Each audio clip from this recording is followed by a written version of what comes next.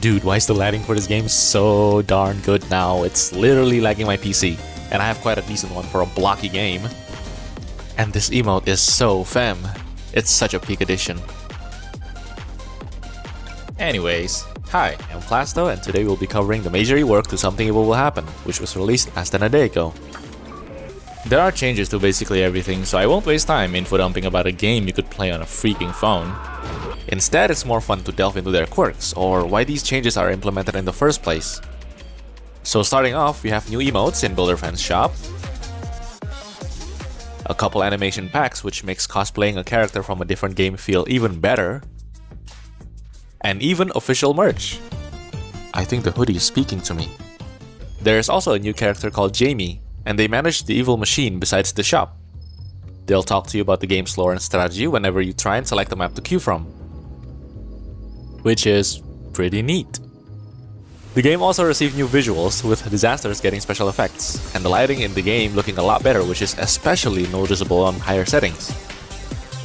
Every single disaster in the game has also received a rework, with some more noticeable than others. For a quick highlight, think in general what disasters were basically the most boring ones before the updates. Wildfires, floods, tsunamis, and sharpshooter are now more interactive because they aren't one-dimensional anymore. So for example, sharpshooter is no longer that one helicopter. The floods are no longer just water and bad RNG sharks. And tsunamis are a lot more chaotic while keeping it more or so within the same formula.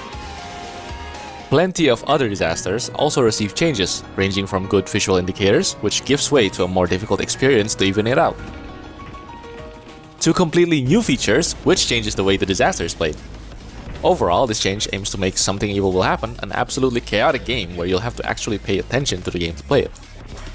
Something Evil Will Happen's rework also features an addition to normal and special maps, including the incredibly huge rainforest of Robloxia, which is self-explanatory. It also has a secret alcove. And then Toolbox Ruins, which is a very fun looking map that is also huge and might be difficult to fight other players in. And Tycoon Ridge, which is personally my favorite because it has so many edges of the map where you can just one-hit kill players. There also seems to be gears inside of these test chambers. Perhaps they'll be added one day. Next up, Hardcore.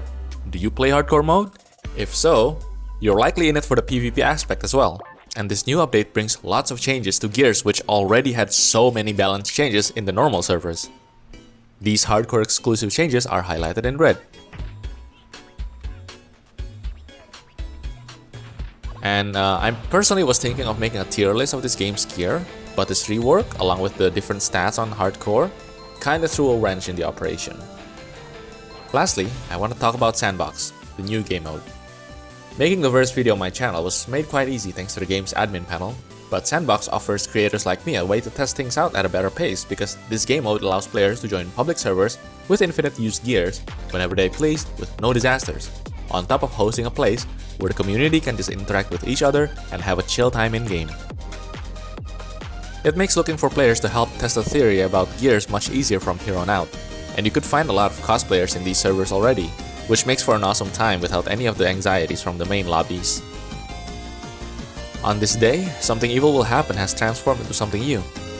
I'll be interested to know how this update, and indeed this very video, ages with time.